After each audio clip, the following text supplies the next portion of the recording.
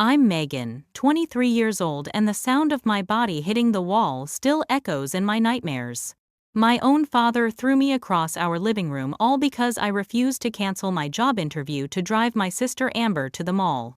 As I crumpled to the floor watching his rage-contorted face, feeling the throbbing pain in my shoulder, something inside me finally broke. That was the moment I realized my family wasn't just dysfunctional. They were actively sabotaging my future, and I'd been blind to it for 23 years. Before I dive into my story, I'd love to know where you're watching from. Drop your location in the comments below, hit that subscribe button, and join me on this journey of standing up for yourself, even when the people who should support you the most are the ones holding you back. To understand how things got so bad, you need to know what kind of family I grew up in. I'm the middle child. The peacemaker, the fixer. The one who always tried to keep everyone happy. My dad Richard ran our household like a dictator. He owned a successful hardware store in our small Midwestern town, a business that had been in our family for 3 generations. It was his pride and joy, and from the day I was born he made it clear that the family business was my destiny too. My mother Diana was the perfect complement to my father. Quiet, submissive, and always eager to keep the peace at any cost. She'd mastered the art of agreeing with my father while occasionally sneaking small kindnesses to us kids when he wasn't looking. But when push came to shove, she always took his side. Then there was my sister Amber, younger than me by 6 years, and the undisputed princess of the family. She was beautiful, popular, and had mastered the art of wrapping Dad around her finger from an early age. If Amber wanted something, she got it. Whether it was the latest iPhone, expensive clothes, or permission to stay out late with friends. The rules that applied to me never seemed to apply to her. My older brother Jason was the smart one. At 27, he'd managed what seemed impossible to me. Escape. Right after college, he took a job on the West Coast, over 2,000 miles away. We talked occasionally, but he made it clear he had no intention of ever moving back home. I envied his freedom but also felt abandoned. He'd left me alone to deal with the family chaos.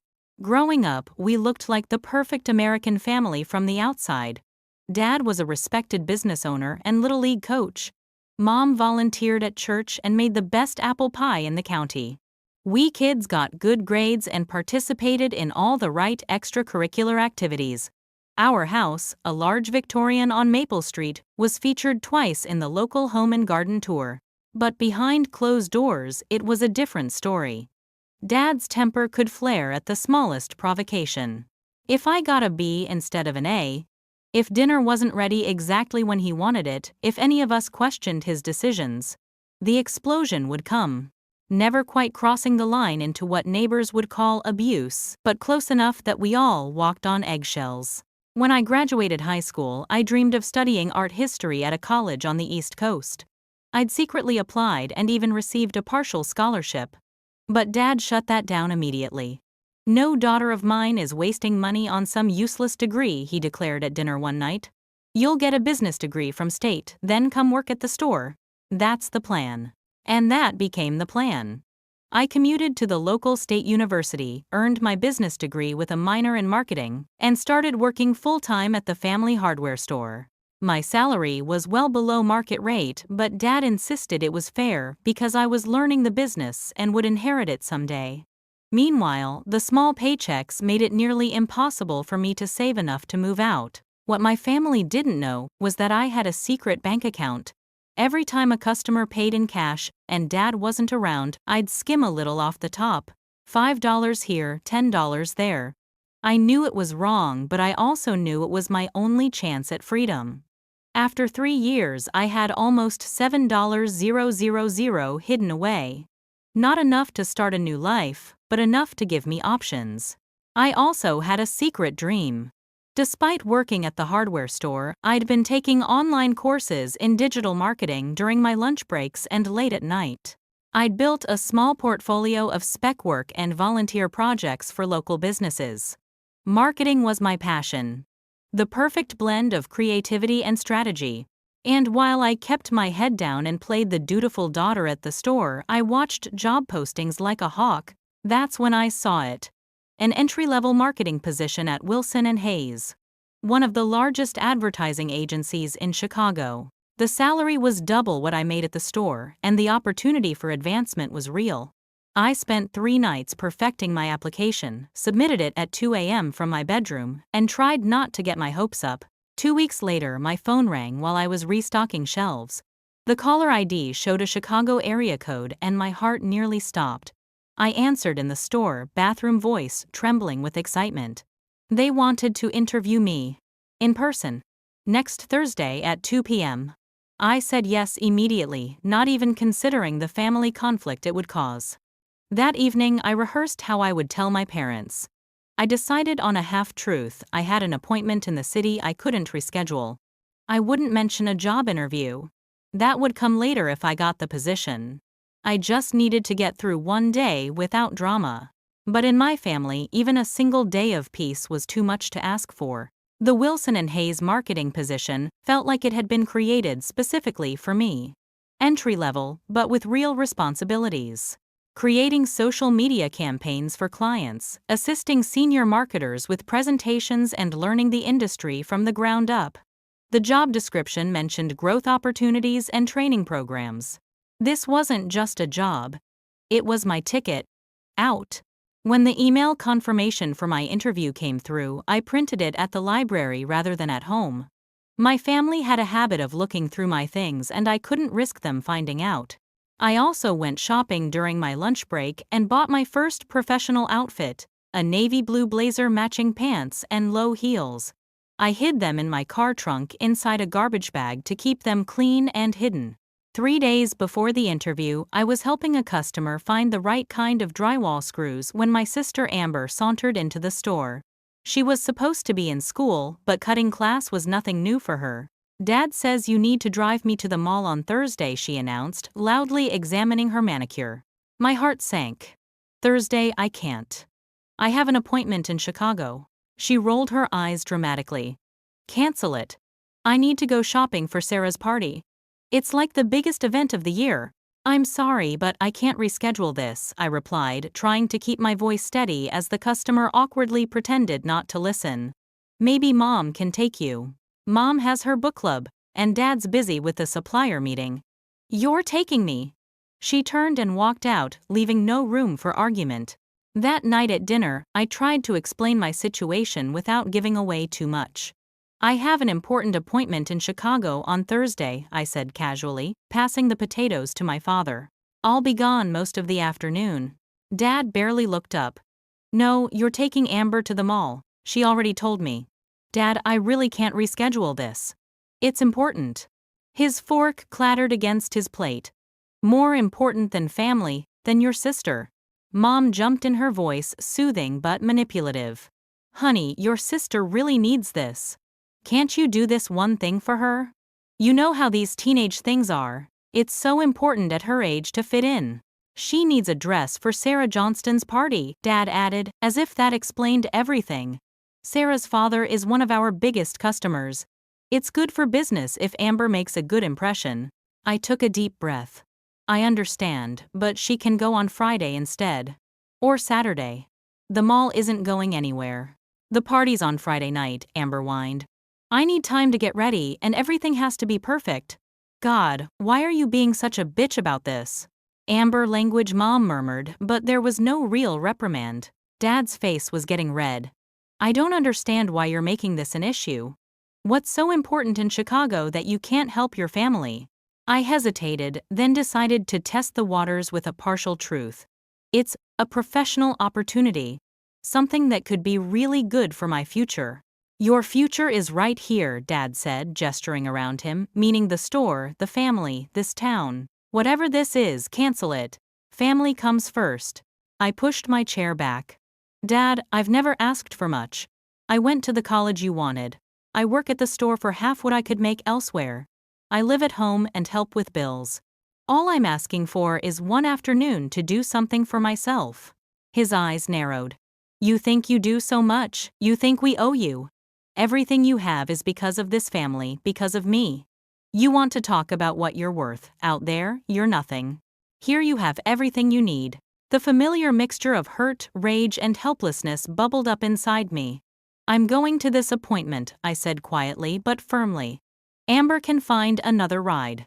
I left the table and went to my room before he could respond, but the tension followed me like a shadow. That night, no one spoke to me. Mom left a plate of food outside my door, but I wasn't hungry. Instead, I rehearsed interview questions and planned my route to Chicago, trying to ignore the knot of anxiety in my stomach. The next morning, Dad acted as if nothing had happened, his typical strategy after an argument. But there was coldness in his eyes when he told me to reorganize the paint section, a tedious job that would normally take days. I knew it was punishment, but I worked efficiently, determined not to let him derail my plans. Amber, meanwhile, had started a campaign of her own. She told our grandparents that I was being selfish and abandoning her. She dramatically complained about how embarrassed she'd be showing up to the party in last season's clothes. Even some regular customers at the store heard her version of events. How her cruel older sister refused to drive her to the mall for no reason. The night before my interview, I was so tense I could barely eat. I excused myself early from dinner, saying I needed to finish some inventory work. Instead, I laid out my new outfit, polished my shoes, and printed extra copies of my resume. I went over my portfolio one last time and set 3 separate alarms on my phone. As I was preparing, Mom knocked softly and entered without waiting for a response. Privacy had never been a concept my family respected. "Honey," she began, sitting on the edge of my bed. "I don't understand why you're being so stubborn about tomorrow. You know how your father gets when he feels disrespected."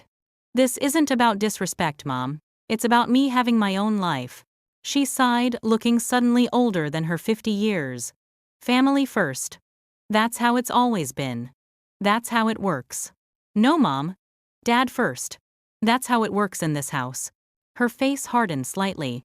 "After everything we've done for you, your father works so hard to give this family everything, and this is how you thank him." I'd heard this speech so many times I could recite it in my sleep. The guilt, the obligation, the debt I could never repay. I was tired of it. "I'm going to my appointment tomorrow," I said firmly. "I need you to respect that." She left without another word, but I could feel the storm brewing. Tomorrow wouldn't be easy, but I was determined. This interview wasn't just about a job anymore. It was about taking control of my life. Thursday morning dawned bright and clear, a beautiful spring day that belied the tension in our house. I woke up at 6 a.m., a full hour before my alarm, too anxious to sleep any longer. My interview wasn't until 2 p.m., but I needed time to drive to Chicago, find parking, and compose myself before walking into Wilson and Hayes. I showered quickly and dried my hair, arranging it in a professional-looking bun. I applied minimal makeup, just enough to look polished, but not overdone. Then I slipped on a casual outfit for breakfast, planning to change into my interview clothes after leaving the house. When I went downstairs, Mom was already in the kitchen making pancakes, my favorite. A peace offering, or more likely a final attempt at manipulation. "Good morning," she said brightly, as if last night's conversation had never happened. "I thought you'd like your favorite breakfast today." "Thanks," I replied cautiously, accepting a plate. "So I was thinking," she continued, not looking at me, "maybe after you take Amber to the mall, you could still make it to your appointment. The mall opens at 10 and you could drop her off, then head to Chicago." I put my fork down. "Mom, I already told you both. I'm not taking Amber to the mall today. My appointment is at 2 p.m. and I need to leave here by 11 at the latest to make it on time with traffic." "But..." "No buts. This is important to me." I took a deep breath. "I have a job interview." Her eyes widened. "A job? But you already have a job at the store." "I want something different, Mom. Something that uses my degree and gives me a chance to grow." She looked genuinely perplexed. "But the store is your future. It's been in the family for generations." "It's Dad's future, not mine. I never wanted the hardware store." The back door slammed and Dad walked in from his morning routine of checking the mail and newspaper. He poured himself coffee and sat down heavily at the table. "Megan has a job interview today," Mom blurted out, apparently deciding that loyalty to Dad trumped any fleeting alliance with me. Dad's hand paused halfway to his mouth. A what? A job interview, I repeated, sitting up straighter. In Chicago. That's my appointment. You're interviewing for jobs behind my back. His voice was dangerously quiet. I'm exploring options. I have a business degree I'm not using. The position is at a marketing firm. He slammed his mug down, coffee sloshing over the sides. And when were you planning to tell me about this? After you accepted the job, or maybe after you moved out in the middle of the night. I was going to tell you if I got an offer, I said, trying to keep my voice steady. I didn't want to create drama over something that might not happen. Drama. You call family concern drama. He was getting louder now. After everything I've done for you, this is how you repay me. Sneaking around planning to abandon the family business. I'm not abandoning anything. I'm trying to build my own life. Your life is here, he shouted, gesturing wildly. With your family, with the business that will be yours someday. I don't want the business, Dad. I never have. That was always your dream, not mine. His face turned an alarming shade of red. You ungrateful. Amber chose that moment to bounce into the kitchen, already dressed in a crop top and jeans that Dad would normally disapprove of, but somehow allowed. So, what time are we leaving for the mall? She asked me, grabbing a pancake with her fingers. I'm not taking you, I said firmly. I have a job interview. She froze, then turned to Dad with a practiced pout. Daddy, tell her she has to take me. Sarah's party is tomorrow and I need a new outfit. Your sister apparently thinks her future is more important than her family, Dad said sarcastically. She's abandoning us for some corporate job in the city. That is so selfish, Amber exclaimed, turning on me with genuine outrage. You know how important this party is. Sarah only invited me because her cousin canceled, and if I don't look amazing, everyone will know I was a second choice. I stood up, no longer hungry. I need to get ready. You're not going anywhere, Dad growled. Sit down. We're discussing this as a family. There's nothing to discuss. My interview is at 2 p.m. and I'm going. I turned to leave, but he grabbed my arm roughly. Don't you dare walk away from me when I'm talking to you. I yanked my arm free. Don't touch me. What happened next seems both lightning fast and excruciatingly slow in my memory. Dad's face contorted with a rage I'd seen directed at others, but never fully at me. He grabbed both my shoulders, lifted me slightly and threw me against the living room wall with enough force that the framed family photo next to my head crashed to the floor. The physical pain was immediate, a sharp, stunning impact that knocked the breath from my lungs. But it was nothing compared to the shock. My own father had just put his hands on me in violence. The line that had always been implied but never crossed was now irrevocably breached. I slid down the wall, landing in a heap amid shards of broken glass from the picture frame. Mom gasped and covered her mouth but didn't move to help me. Amber stood frozen in the kitchen doorway, her eyes wide with a fear that mirrored my own. Dad loomed over me, his chest heaving. For a terrifying moment, I thought he might hit me again. Then something shifted in his eyes. Not remorse exactly, but the realization that he'd gone too far in front of witnesses. Now look what you made me do, he said, his voice eerily calm. Always pushing, always defying me. When will you learn? I struggled to my feet, feeling a sharp pain in my shoulder where I'd hit the wall hardest. Without a word, I walked upstairs to my bedroom and locked the door behind me. Another family rule broken, as locked doors weren't allowed in our house. My hands trembled as I changed into my interview clothes. I could hear Dad and Mom arguing downstairs, their voices rising and falling. I heard my name and Amber's dramatic sobs. But none of it mattered anymore. A barrier had been broken and there was no going back. I checked my appearance in the mirror.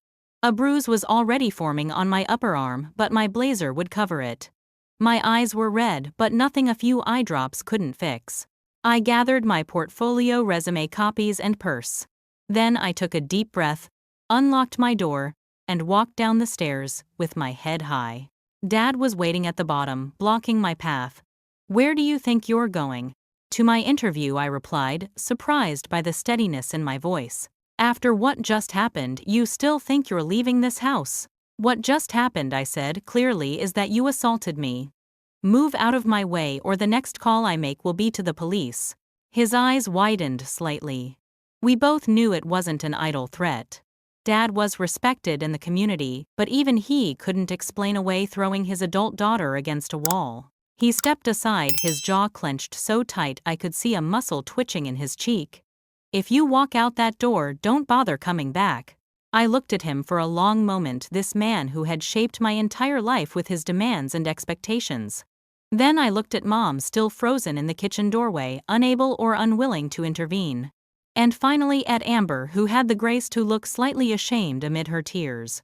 "Goodbye," I said simply and walked out the door. The drive to Chicago was a blur. I followed the GPS mechanically, my mind replaying the morning's events on a torturous loop. My shoulder throbbed where it had hit the wall, and I knew a significant bruise was forming despite not being able to see it. Worse than the physical pain was the emotional devastation. My own father had put his hands on me in violence. The ultimate betrayal of trust. Somewhere around the halfway point, I pulled into a rest stop and broke down. Sobs racked my body as I gripped the steering wheel, all the fear and hurt and anger pouring out at once. I had 15 missed calls. Most from Mom, a few from Amber, none from Dad. I turned my phone off completely. After about 10 minutes, I pulled myself together. I couldn't miss this interview. It wasn't just a job opportunity anymore. It was my escape route. I splashed water on my face in the rest stop bathroom, reapplied my makeup, and got back on the road with renewed determination. I arrived at the Wilson and Hayes building with 30 minutes to spare. It was a sleek glass structure in downtown Chicago, nothing like the homey brick storefront of my father's hardware store. I sat in my car taking deep breaths and reviewing my prepared answers one last time. Then I checked my appearance in the rearview mirror, making sure no traces of tears remained. The lobby was intimidating. All marble and modern art with well-dressed professionals striding purposefully across the polished floor. I approached the reception desk, stated my name and appointment time, and was directed to the 14th floor. Megan Turner, a woman in her mid-30s with a stylish bob and a crimson blazer, approached me in the waiting area. "I'm Sarah Klein, Senior Marketing Director. Thank you for coming in today." Her handshake was firm and confident, everything I aspired to be. I followed her to a small conference room where 2 other team members waited. The interview began and I forced myself to focus despite the emotional turmoil churning inside me. "So, Megan, tell us about yourself and why you're interested in Wilson and Hayes," Sarah began. I launched into my prepared answer, highlighting my business degree and self-taught marketing skills. I discussed my portfolio projects and how I'd helped increase social media engagement for local businesses by over 200%. I was articulate and poised.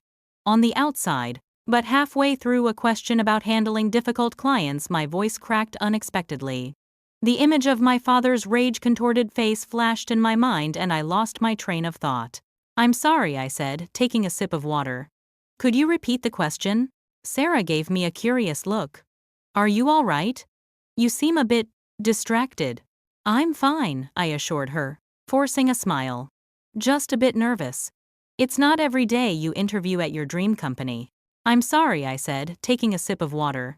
"Could you repeat the question?" As we wrapped up, Sarah walked me back to the elevator. Just as the doors opened, she placed a gentle hand on my arm, right where Dad had grabbed me. I couldn't help but flinch. Sarah's professional demeanor softened. "Megan, I hope you don't find this inappropriate, but is everything okay? You seem to be in some discomfort." She nodded, but I could tell she wasn't entirely convinced. The interview continued and I rallied, answering questions about marketing strategies and social media analytics with as much enthusiasm as I could muster. I presented my portfolio, explained my process, and asked thoughtful questions about the company's client base. "I'm dealing with some family issues," I said vaguely. "Nothing that would affect my work performance if I were fortunate enough to join your team." She nodded thoughtfully. "We've all been there. Family can be complicated. We'll be in touch within a week, but between you and me, your portfolio is impressive. I think you'd be a good fit here." I thanked her sincerely and stepped into the elevator, fighting back tears again. This time from the simple kindness of a stranger, when my own family had shown me none. The reality of my situation hit me as I exited the building. Dad had told me not to come back. Did he mean it? Where would I go? I had some savings, but not enough for a security deposit and first month's rent in Chicago. I sat in my car, finally turning my phone back on. 27 missed calls now and a dozen text messages. From Mom, please come home. Dad didn't mean it. We can work this out as a family. From Amber, oh my God, Dad is freaking out. This is all her fault. From Mom, again, your father is sorry. Please call me. No direct messages from Dad. No apology. Just manipulations through Mom, the family mediator. I started the car and began driving not toward home but to my friend Rachel's apartment in a suburb north of the city. Rachel and I had been close in college, and she'd witnessed enough of my family dynamics to understand. She'd offered me her couch before when things got tense at home, though I'd never taken her up on it. By the time I arrived at Rachel's place, it was nearly 7 p.m. She opened the door, took one look at my face, and pulled me into a hug. What happened? She asked, guiding me to her couch. I told her everything. The interview opportunity, Dad's reaction, the physical assault. As I spoke, I carefully removed my blazer, revealing the angry purple bruise blossoming across my shoulder and upper arm. Rachel gasped. Megan, that's not just a family disagreement. That's abuse. You need to file a police report. I can't, I said, the very thought sending panic through me. He's my dad, and everyone in town respects him so much. They'd never believe me. Then don't go back there, Rachel said firmly. Stay here as long as you need to, we'll figure something out. That night, I slept fitfully on Rachel's couch, my phone still buzzing occasionally with messages from home. Around midnight, I got a text that chilled me to the bone. From Dad. This childish behavior ends now. You have embarrassed this family enough. Come home immediately, or there will be consequences. I turned my phone off again and stared at the ceiling, wondering how my life had imploded so completely in less than 24 hours. The next morning, Rachel left for work with strict instructions for me to make myself at home. I spent the day applying for more jobs in Chicago, creating a budget based on my secret savings and researching cheap apartments. Around 4 p.m., the buzzer rang. Through the intercom, I heard my mother's voice. Megan, please. We just want to talk. My heart raced. How had they found me? Then I remembered. Rachel's address was in my emergency contact information at the store. I debated not answering, but I knew they'd just keep coming back. I buzzed them up, bracing myself. When I opened the door, Mom stood there alone, her eyes red from crying. Your father is in the car, she said quickly. He feels terrible about what happened. Then why isn't he here apologizing himself? I asked. She looked down. You know how he is. He has trouble admitting when he's wrong. But he loves you, Megan. We both do. Please come home. Did he tell you he threw me against a wall, that he threatened me? She looked down. You know how he is. He has trouble admitting when he's wrong. But he loves you, Megan. We both do. Please come home. He was upset. You know he would never really hurt you. I pulled down the collar of my shirt, revealing the bruise. Does this look like not really hurt to you? The familiar pattern of excuses and minimization made me sick. It wasn't an accident, Mom. It was the inevitable conclusion of years of control and intimidation. And I'm not coming back. Her face hardened slightly. Don't be dramatic. Where will you go? What will you do for money? You're being impulsive. I'd rather struggle on my own than live another day under his control, I replied. Please leave. Tell Dad I'm not coming back. He'll cut you off completely, she warned. No car, no phone, no health insurance. Is that what you want? What I want is a family that supports me instead of sabotaging me. What I want is a father who doesn't throw me against walls. What I want is a mother who protects her children instead of making excuses for abuse. Tears filled her eyes again. You don't understand what you're doing. You're tearing this family apart. No, Mom. Dad did that when he put his hands on me. Please go. After she left, I collapsed onto Rachel's couch, emotionally drained. But underneath the exhaustion was something new and unfamiliar. A sense of pride. For the first time in my life, I had stood my ground completely.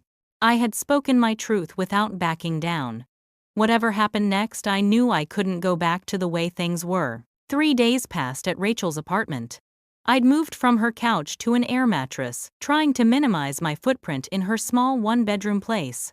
My father's threats materialized quickly. My cell phone service was cut off, and Rachel confirmed that my parents had come to collect my car, which was technically in my father's name. I had withdrawn my savings before the account could be frozen, keeping the cash hidden in Rachel's apartment. Despite these challenges, a ray of hope appeared.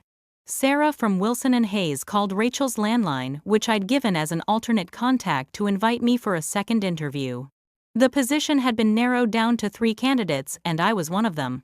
The interview was scheduled for Monday morning. "This is fantastic news," Rachel exclaimed after I hung up. One step closer to freedom. I allowed myself a moment of excitement before reality set in. If I get this job, I still need a place to live. And I don't have a car to commute from here. "One problem at a time," Rachel advised. "Focus on nailing this second interview. We'll figure out the rest." The weekend passed in a blur of preparation. I researched the company's recent campaigns, practiced answers to potential questions, and even bought a second interview outfit from a nearby thrift store. By Sunday night, I felt as ready as I could be. Monday morning, Rachel dropped me at the train station on her way to work. I was nervous but optimistic as I made my way into the city. The train was crowded with Monday morning commuters, and I imagined myself among them. A marketing professional heading to a creative, fulfilling job. The thought gave me strength. I arrived at Wilson & Hayes 20 minutes early, composed and professional, despite everything. The receptionist smiled in recognition. "Megan Turner. For your 10 a.m. with Sarah Klein." "That's right," I confirmed. Her smile faltered slightly. "I'm sorry, but Miss Klein asked me to inform you that the position has been filled. Your interview has been cancelled." I stared at her in confusion. There must be a mistake. I just confirmed this appointment on Friday. She checked her computer again. "I'm sorry, but according to my records, you called yesterday to withdraw your application." Miss Klein was very disappointed. "I did not call," I said firmly, my mind racing. "Someone is impersonating me." The receptionist looked uncomfortable. "Let me see if Miss Klein is available." A few minutes later, Sarah appeared in the lobby, her expression a mixture of confusion and disappointment. She guided me to a quiet corner. "Megan, what's going on? You called yesterday saying you'd accepted another position and were withdrawing your application." "That wasn't me," I said desperately. "My father has been trying to sabotage my job search. He must have called pretending to be me." Sarah's eyebrows rose. "That's quite an accusation." "I know how it sounds, but it's true. My father wants me to work in his hardware store forever. When I told him about this interview, I hesitated, then decided to be completely honest. "He threw me against a wall and told me not to come home." Sarah's professional demeanor softened. "That explains a lot about our first interview." I sensed something was wrong. "I've been staying with a friend trying to start over. This job is everything to me. Please, can we still proceed with the interview?" Sarah considered for a moment. "The committee is already scheduled to meet with other candidates today, but I have some time now if you'd like to have an informal conversation." It wasn't ideal, but it was something. For the next half hour, Sarah and I discussed marketing strategies, my portfolio, and my vision for the position. By the end, she seemed impressed. "You clearly know your stuff, Megan. Let me talk to the committee and see what we can do. At the very least, I think you deserve a fair shot." I thanked her profusely and left the building feeling cautiously optimistic. But as I exited onto the sidewalk, my blood ran cold. There, leaning against a parking meter, was my father. "Hello, Megan," he said, his voice deceptively calm.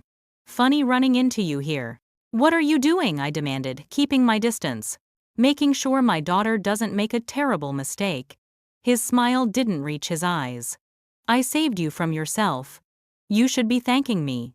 You called and pretended to be me. Do you have any idea how crazy that is?" He stepped closer. "What's crazy is throwing away a guaranteed future in the family business for some entry-level position where they'll work you to death and lay you off in 6 months. I'm protecting you." "You're controlling me," I corrected. "And it stops now." Get in the car, he said, nodding toward his SUV parked illegally nearby. We're going home to sort this out as a family. No. The word came out stronger than I expected. I'm not going anywhere with you. His face darkened. Don't make a scene, Megan. People are watching. Good. Let them watch.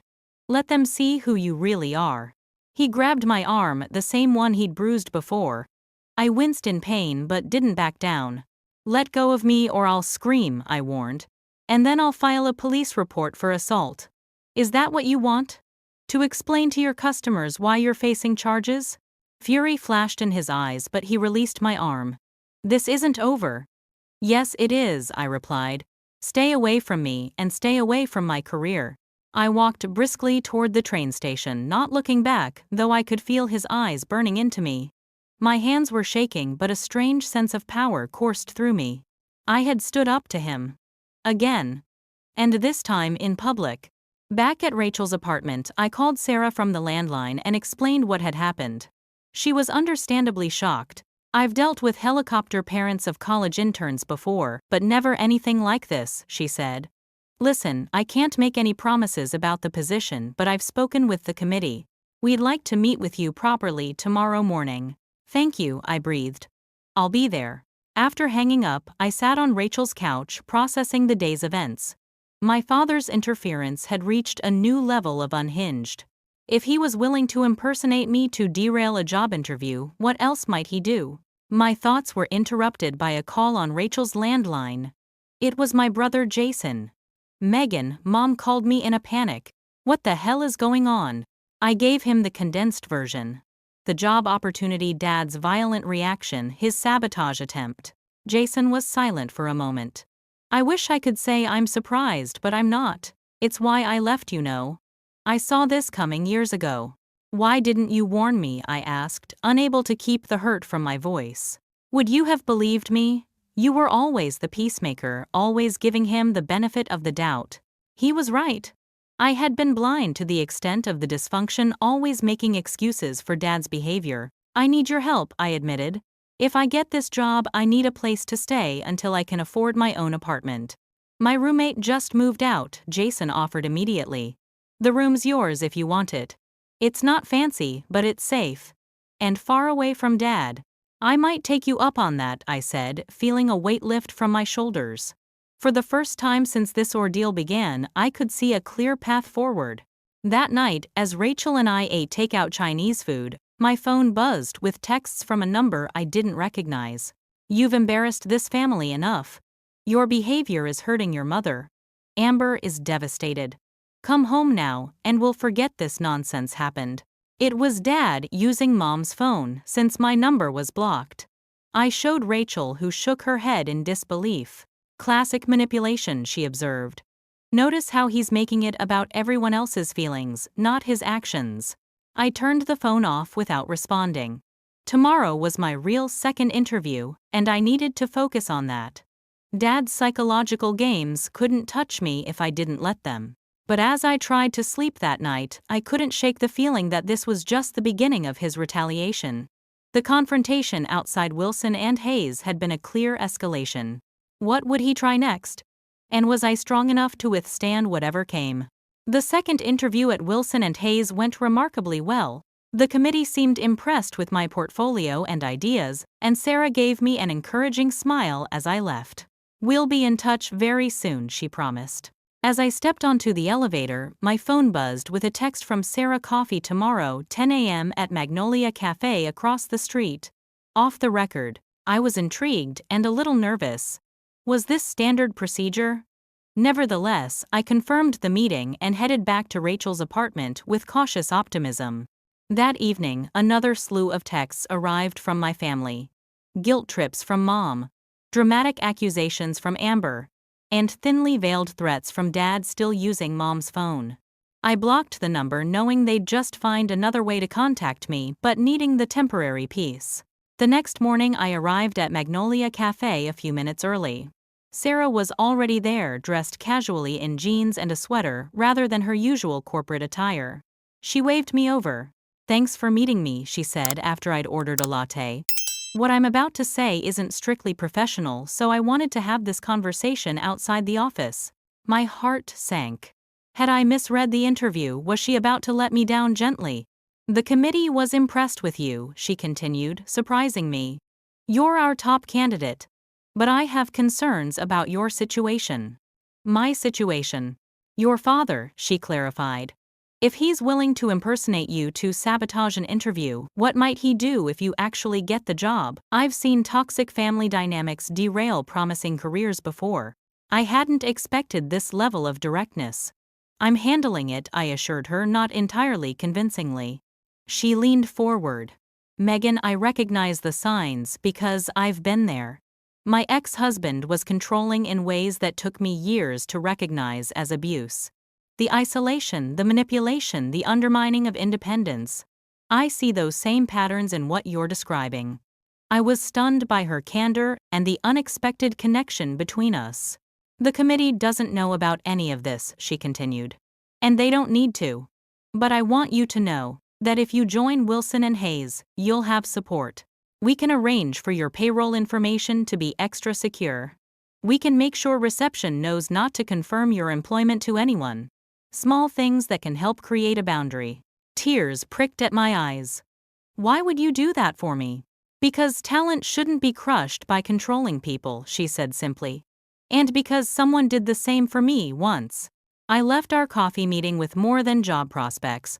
I had a potential ally. And I needed all the allies I could get. That afternoon, I called my brother Jason again. I think I might get this job, I told him, trying to contain my excitement. But I need to make solid plans to leave home permanently. About time, he replied. I've been waiting for this call for years. We discussed logistics, how I would get to Chicago without a car, what essentials I would need to bring versus what could be replaced, how to secure my important documents from my parents' house. Jason offered to send me money for a train ticket if necessary, and to help furnish the bare essentials for my new room. What about your stuff at the house? He asked. Are you going to try to get it? It was a question I'd been avoiding. My clothes, books, childhood mementos, all still at my parents' house. I don't know, I admitted. Going back seems risky. Maybe wait until Dad's at the store, then grab what you can, Jason suggested. It seemed like the safest approach. We agreed that if I got the job offer, we'd coordinate a day for me to retrieve my belongings while Dad was working. After talking with Jason, I felt energized enough to start making concrete plans. I created a detailed budget based on the salary range Sarah had mentioned. I researched public transportation routes from Jason's apartment to the Wilson and Hayes office. I made a prioritized list of what I would need to take from my parents' house if I had limited time. That evening, Rachel helped me set up a new email address and phone number, ensuring my parents couldn't contact me unless I chose to allow it. It felt strange and a little sad to be taking such measures against my own family, but also necessary for my sanity and safety. Just as we finished setting up my new digital identity, Rachel's landline rang. She answered, listened for a moment, then held the phone out to me with wide eyes. It's your mom. She sounds different. I took the phone cautiously. Hello. Megan, Mom's voice was hushed and urgent. I found your packed bag in the closet. Your father doesn't know yet. My heart raced. I'd started packing a small emergency bag before everything exploded, hiding it in the back of my closet. I'd forgotten about it in the chaos. Mom, were you really planning to leave without saying goodbye? She interrupted, her voice cracking. After what Dad did? Can you blame me?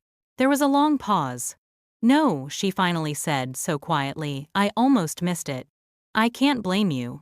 It was perhaps the first truly honest thing my mother had said to me in years. No excuses, no guilt, no manipulation. Just a simple acknowledgement. I'm worried about you, Megan, she continued. Your father, he's not himself. He's talking about driving to Chicago to bring you home. He says you need intervention. A chill ran through me. Mom, you need to understand. I'm not coming home. Not now, not ever. I'm building a new life. Another pause. I think I've always known you would leave someday. You were never meant for this small town like the rest of us. Was that pride in her voice? Or resignation? Dad found your bank statement, she continued. The one you tried to hide. He knows about the money you've been saving. Panic surged through me. My secret account, my freedom fund, wasn't so secret anymore. He can't access it, I said, trying to sound confident despite my racing heart. It's in my name only. Be careful, Megan. He's determined. In ways I've never seen before. The warning hung in the air between us, heavy with unspoken implications. Mom, I said, carefully, do you think he would actually hurt me, physically I mean? Worse than before. Her silence was answer enough. The warning hung in the air between us, heavy with unspoken implications. Mom, I said, carefully, do you think he would actually hurt me, physically I mean? Worse than before. You should leave too, I said suddenly. Come to Chicago. We could start over together. I spent the rest of the evening in a state of heightened vigilance, jumping at every sound outside Rachel's apartment. If Dad was truly coming to Chicago to bring me home, I needed to be prepared. I looked up the address of the nearest police station just in case. Rachel offered to stay home from work the next day, but I insisted she go. I couldn't put her life on hold because of my family drama. After we hung up, I sat motionless on Rachel's couch processing the conversation. My mother had reached out not to manipulate me into returning, but to warn me. It was a small act of rebellion by her standards, but significant nonetheless. As I tried to sleep that night, my mind raced with contingency plans and worst-case scenarios. But underneath the anxiety was a growing sense of resolve. My father had controlled me through fear for my entire life. I was done being afraid. Whatever came next, I would face it on my own terms. Megan, I'm delighted to inform you that we'd like to offer you the position of Junior Marketing Associate. My hands trembled as she outlined the salary, even better than expected benefits, and start date 2 weeks from Monday. I accepted immediately, my voice catching with emotion. Wonderful, Sarah exclaimed. I'll email the official offer letter and onboarding paperwork today. And Megan, congratulations, you earned this. I hung up and let out a scream of joy, startling Rachel's cat, who had been napping nearby. I had done it. Despite everything, I had secured my escape route. I called Jason immediately to share the news. We made plans for me to travel to Chicago that weekend to move in. Rachel offered to drive me halfway, where Jason would meet us. One last thing, I told Jason. I need to get my stuff from the house. Important documents, at least. When he asked, concerned, tomorrow. Dad will be at the store all day for inventory. Mom texted me the schedule. Jason didn't like it, but agreed it was necessary. Be careful, he warned. In and out as quickly as possible. The next day, I took the train back to my hometown, my stomach in knots the entire journey. Rachel had offered to come, but this was something I needed to do alone. I walked the familiar streets from the station to my neighborhood, keeping my head down to avoid being recognized. When I reached our Victorian house on Maple Street, I hesitated at the gate. This place had been my prison and my home for 23 years. Now it felt like entering enemy territory. Using my key, which Dad hadn't thought to ask for, I let myself in quietly. The house was silent. Mom had texted that she would be at her book club until 3 p.m., giving me several hours to collect my things. I worked methodically, starting with the essentials. Birth certificate, social security card, passport, diploma, and other important documents from the family filing cabinet. Then I went to my bedroom, filling a duffel bag with clothes, a few cherished books, and the small jewelry box containing my grandmother's necklace. I left behind furniture, most clothes, and anything that could be easily replaced. As I was zipping the duffel bag, I heard the front door open. Freezing in place, I listened intently. Heavy footsteps in the hallway. Dad's footsteps. He was supposed to be at the store. Had Mom's information been wrong, or had this been a setup? I quickly shoved the duffel bag under my bed and tried to appear casual, as if I'd just come home normally. Dad appeared in my doorway, his expression unreadable. So he said flatly, "You decided to come home." "Just to get some things," I replied, trying to keep my voice steady. He nodded slowly, as if this confirmed something for him.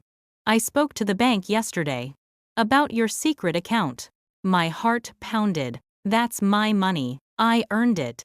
Did you steal it from the store? $5 here, $10 there. Did you think I wouldn't notice? I said nothing, guilt and defiance warring within me. I've frozen the account pending an investigation for employee theft, he continued, his voice dangerously calm. You can't do that, I protested. It's my account. You're a minor signatory on a business account, he lied smoothly. As the primary account holder, I have certain rights when I suspect fraud.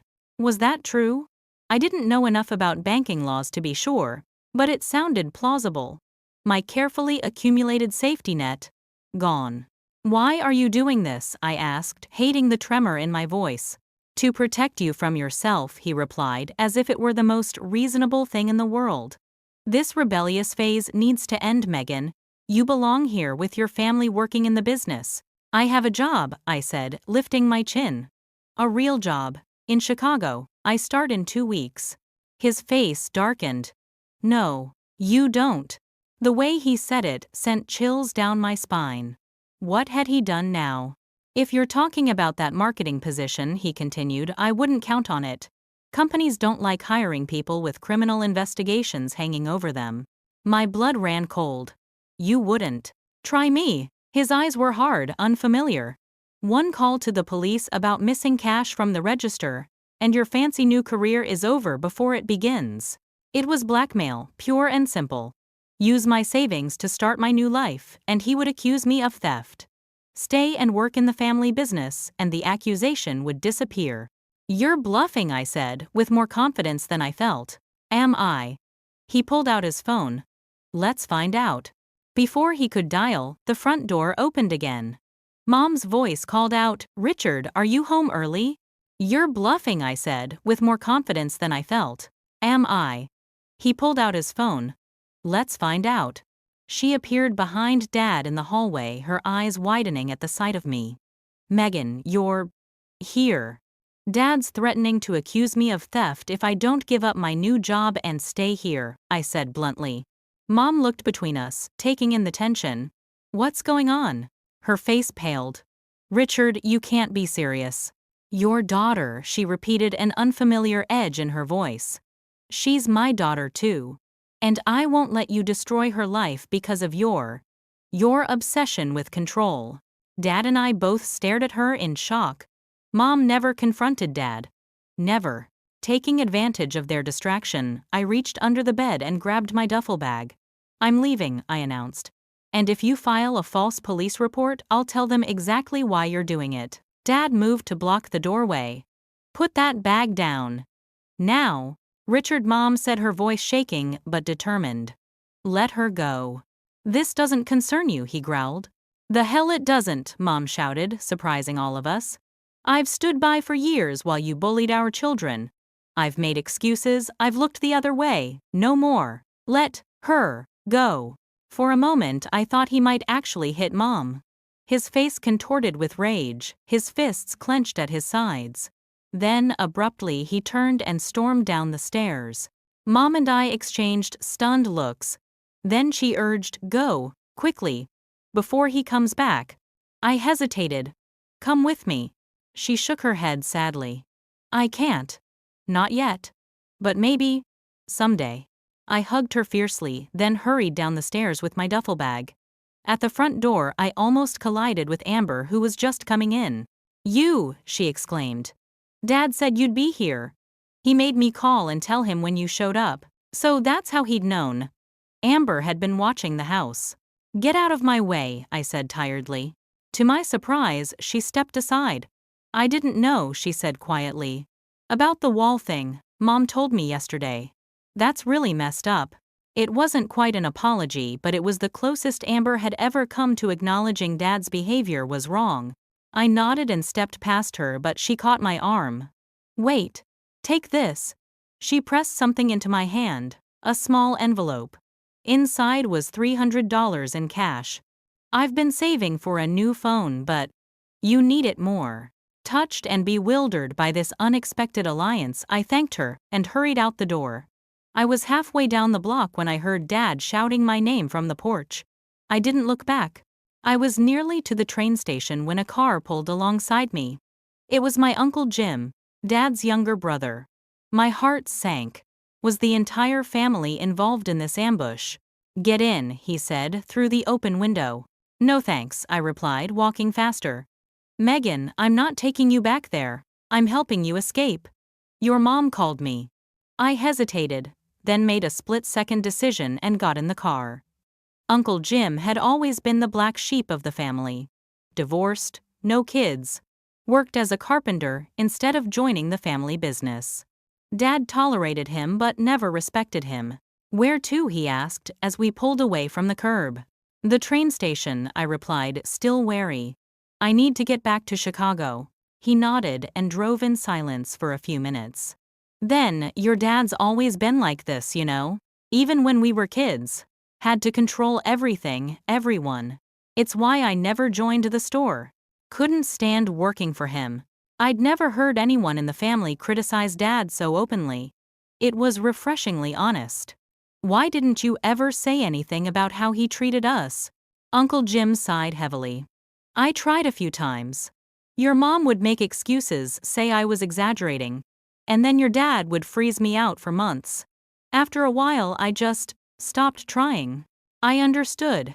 Dad's power in the family was absolute. Until now.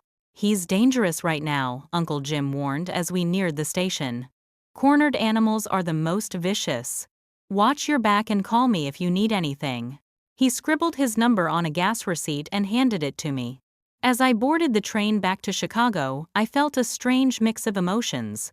Fear, certainly, but also a growing sense of freedom. The confrontation had been awful, but I'd survived it. I'd stood my ground. And, most surprisingly, I'd discovered unexpected allies in my mother, my sister, and my uncle. My phone buzzed with a text from an unknown number. It was a photo of my family's front yard where my father was throwing what looked like my remaining clothes and possessions onto the lawn.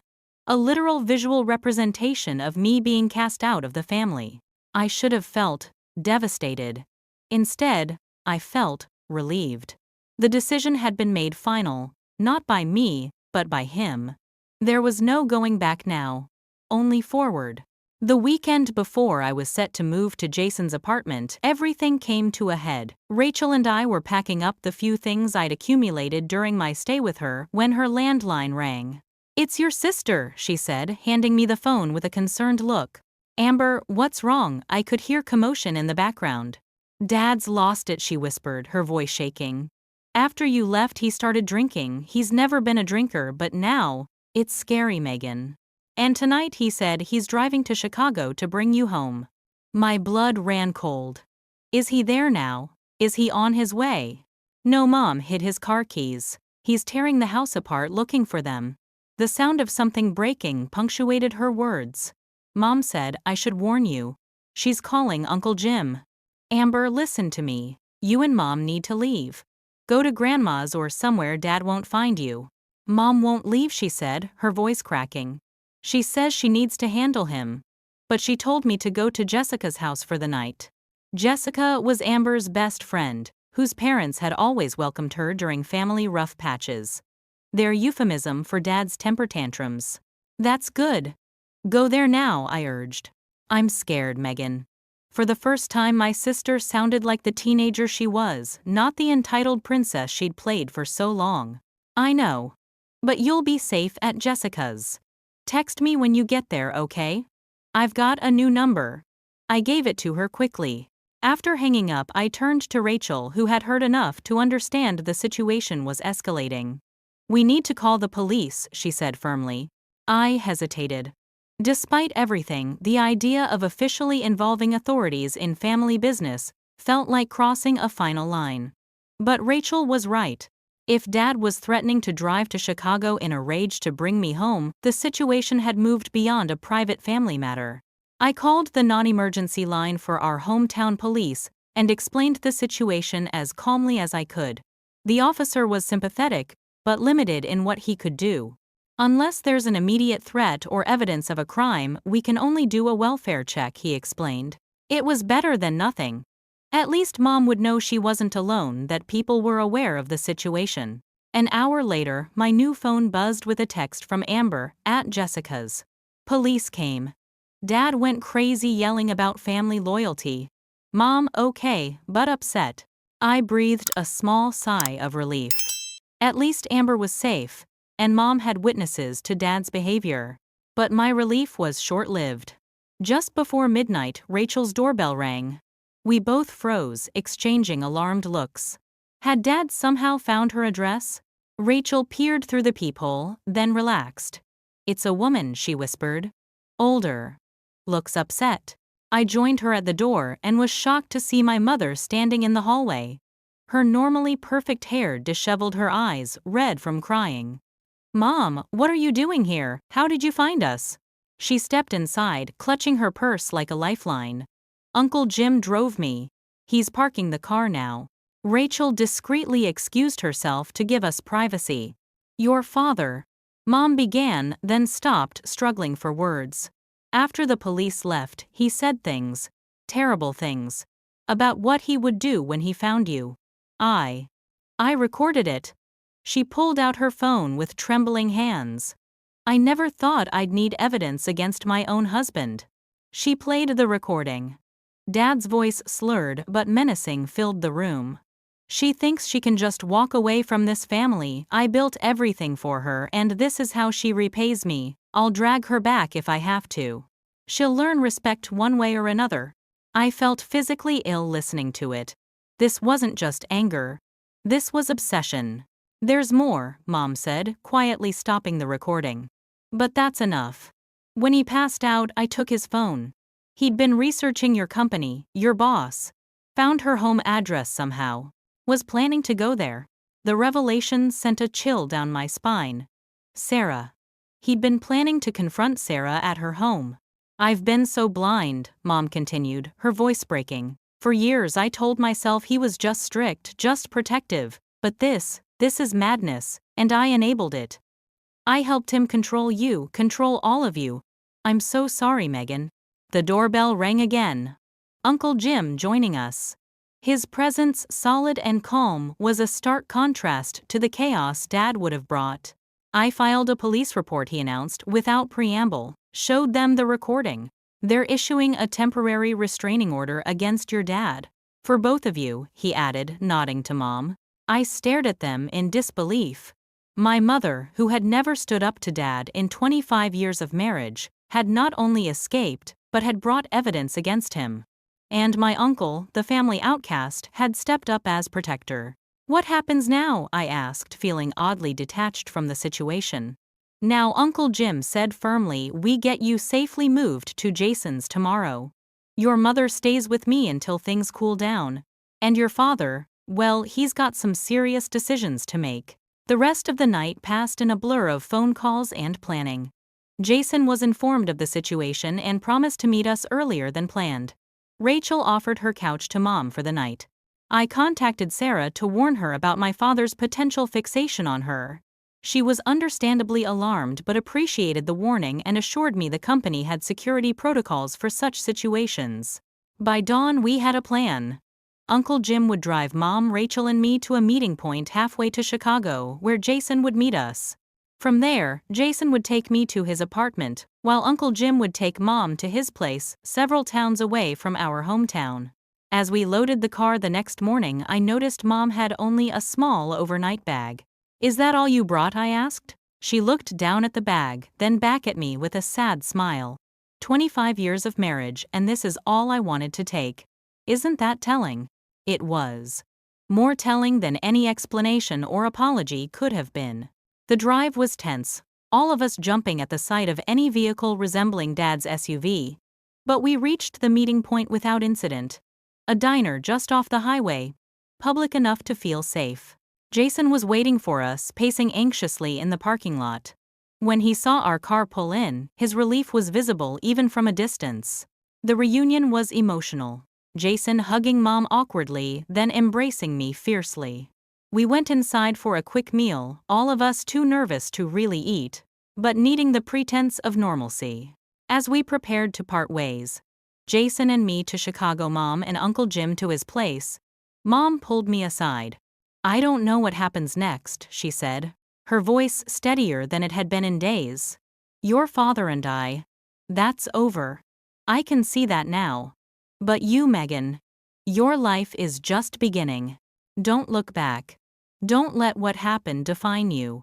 I hugged her tightly, this new version of my mother who had finally found her voice. I won't. And Mom, I'm proud of you. Her eyes filled with tears. I should have done this years ago. For all of you. We said our goodbyes in the parking lot, promises to stay in touch, to remain vigilant. As Jason and I drove toward Chicago, a weight seemed to lift with every mile that separated us from our hometown. You okay? Jason asked after several minutes of silence. I considered the question seriously. Was I okay? My family had imploded. My father had revealed himself to be not just controlling but dangerous. My childhood home was no longer accessible to me. My savings had been frozen. And yet, I think I will be, I replied honestly. For the first time, I'm making my own choices. It's terrifying, but it feels right. Jason nodded in understanding. Freedom is scary at first. You get used to it. As we entered the outskirts of Chicago, my phone buzzed with a text from Sarah. Looking forward to having you join the team on Monday. Security has been briefed. Don't worry about anything except doing great work. It was a simple message, but it represented everything I'd been fighting for. A chance to prove myself, to build a career on my own terms, to be valued for my abilities rather than my obedience.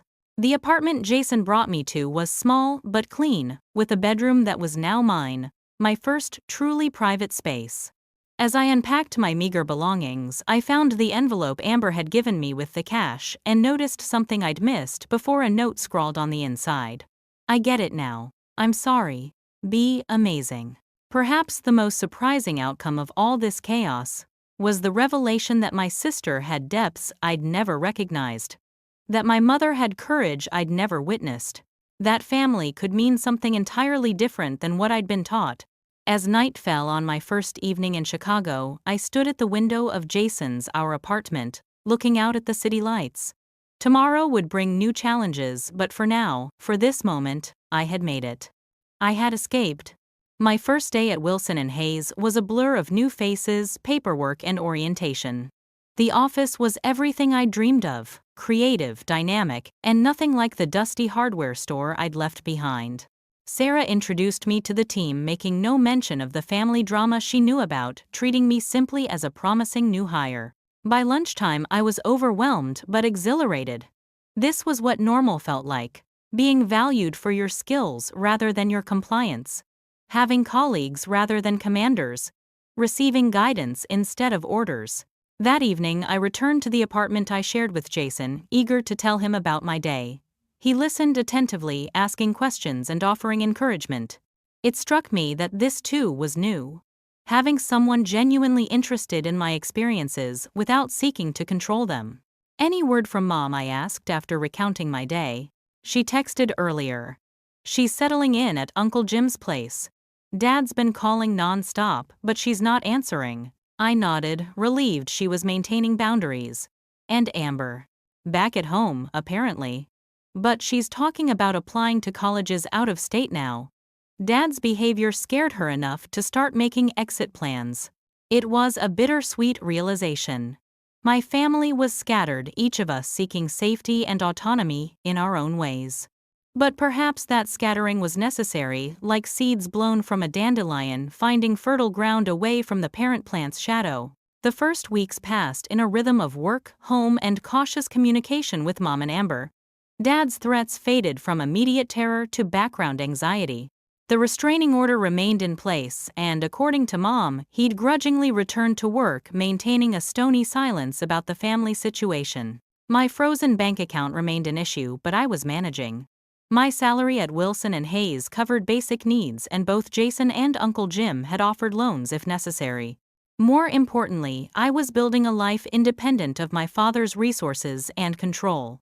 1 month after starting my new job, I received a call from Sarah, asking me to come to her office. My heart raced. Had something gone wrong? Was I underperforming? Relax, she said, noticing my anxiety as I entered. This is good news. The Brightstone campaign you helped with. The client loved your social media concepts. They specifically mentioned your work in their feedback. Pride bloomed in my chest. Really? Really?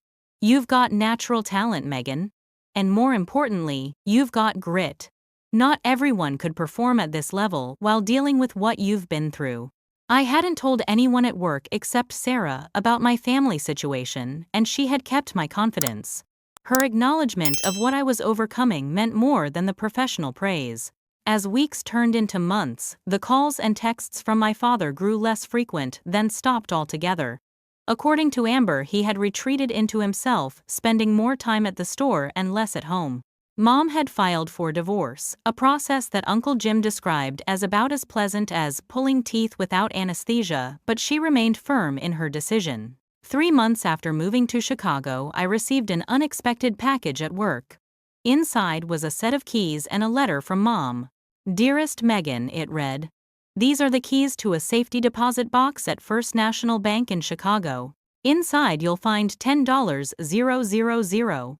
My personal savings that your father never knew about, accumulated over years of squirreling away small amounts from household money. Consider it reparations for the savings he took from you, and a down payment on the apology I owe you for not protecting you sooner. I'm starting therapy next week. Maybe someday you'll consider doing the same. With all my love, Mom." I sat at my desk staring at the keys in disbelief. My mother, who had seemed so passive and compliant, had been building her own escape fund all along. Like mother, like daughter. That evening I used the keys and claimed the money. With it I was able to pay Jason back for his help, buy a used car for my commute, and start my own savings account. This time at a bank my father had no connection to. Around the 4-month mark, Amber called with news. "I got accepted to UCLA," she announced, her voice vibrating with excitement. "With a partial scholarship." "Amber, that's amazing," I exclaimed. "But what about Dad? What did he say?" "He said no at first. Said I needed to stay close to home, go to state like you did. But then—" She paused, her voice softening. "Then Mom intervened. Told him if he prevented me from going, she'd make sure everyone in town knew exactly why his family had left him." He backed down. It was a small victory, but significant. The power dynamics in our family had shifted permanently. Dad was no longer the unchallenged authority. 6 months into my new life, I made a decision I'd been considering for weeks. I found a therapist specializing in family trauma and booked an appointment. The first session was brutal, laying out the patterns of control, manipulation, and emotional abuse that had defined my upbringing. The therapist listened without judgment, then asked a question that stopped me in my tracks. "What would you say to that little girl? The one who grew up thinking her only value was in her obedience." I had no immediate answer. But over subsequent sessions, I began to understand how to separate my worth from my father's approval, how to recognize the difference between love and control, how to build healthy boundaries in all my relationships. Therapy was hard work, often leaving me emotionally drained. But it was necessary work, like pulling weeds from a garden to allow new growth. Jason noticed the change in me. More confidence, less anxiety. A willingness to speak up for myself that extended beyond family matters, to work and friendships. At the 8-month mark, I received a promotion at Wilson & Hayes, Junior Marketing Associate to Marketing Associate, with a corresponding salary increase. Sarah took me to lunch to celebrate. "I knew you had potential," she said, raising her glass in a toast. "To your continued success." As we ate, she hesitated, then asked, "Have you heard from your father recently?" I shook my head. "Not directly. Amber says he's different, quieter. The divorce was finalized last month, and it seems to have taken the fight out of him." Sarah nodded thoughtfully. Controlling people often deflate when they finally face consequences. Without someone to control, they have to confront their own emptiness. It was a profound observation, and one that helped me feel compassion for my father without excusing his behavior. He was a damaged person who had damaged others. The cycle could have continued indefinitely if someone hadn't broken it. At the 1-year mark, I moved out of Jason's apartment into my own studio. It was tiny, but all mine. The first space I'd ever had that was truly completely under my control. I decorated it exactly as I pleased with bright colors and artwork that would have been deemed impractical in my parents' house. The day after I moved in, there was a knock at my door. I opened it to find Amber standing in the hallway, a duffel bag over her shoulder. "Surprise," she said, half statement, half question. "I'm on my way to orientation at UCLA. Thought I'd stop by for a few days if that's okay." I pulled her into a hug, marveling at how much she'd matured in a year. The entitled princess was gone, replaced by a young woman ready to forge her own path. Over the next few days, Amber and I talked more openly than we ever had. She confessed her jealousy of me growing up. How I'd seemed so capable and confident, earning Dad's respect, while she could only manipulate his affection. "I never realized you were suffering," she admitted. "I thought you had it all figured out." "I was just surviving," I told her. "We all were in our own ways." On her last evening before continuing to California, Amber asked the question I'd been expecting: "Do you think you'll ever forgive Dad?" I considered carefully before answering. Forgiveness isn't the same as reconciliation. I can forgive him. Am working on forgiving him. For my own peace. But I don't know if we'll ever have a relationship again. That would require changes I'm not sure he's capable of making. She nodded, understanding. "He asks about you sometimes. Not directly, but I can tell he wonders how you're doing." "You can tell him I'm okay," I said. "Better than okay. I'm building a life I actually want." After Amber left for UCLA, I stood at my apartment window looking out at the city that had become my home. 1 year ago, I had arrived bruised and terrified, fleeing a father who thought he owned me. Now I had a career I loved, a growing circle of friends, a healthier relationship with my mother and siblings, and most importantly, a sense of self that no one could take away. The journey hadn't been easy. There were still nightmares about being thrown against walls. Still moments of anxiety when the phone rang unexpectedly. Still therapy sessions where I confronted painful memories. But each day, the grip of the past loosened a little more. I thought about that moment in the kitchen when I'd refused to cancel my interview to drive Amber to the mall. It seemed so small, so trivial. And yet, it had been the pebble that started the avalanche, breaking open the facade of family loyalty to reveal the control and fear beneath. Sometimes the biggest changes begin with the smallest acts of resistance. Sometimes all it takes to change your life is the courage to say no, when everything and everyone is pressuring you to say yes. Sometimes freedom is just on the other side of fear. Have you ever had to stand up to someone who tried to control you? How did you find the courage to break free? Share your stories in the comments below. And if this story resonated with you, please hit that like button, subscribe to my channel for more real-life experiences, and share with someone who might need to hear that it's okay to choose yourself. Thank you for listening to my journey, and remember, your life belongs to you and no one else.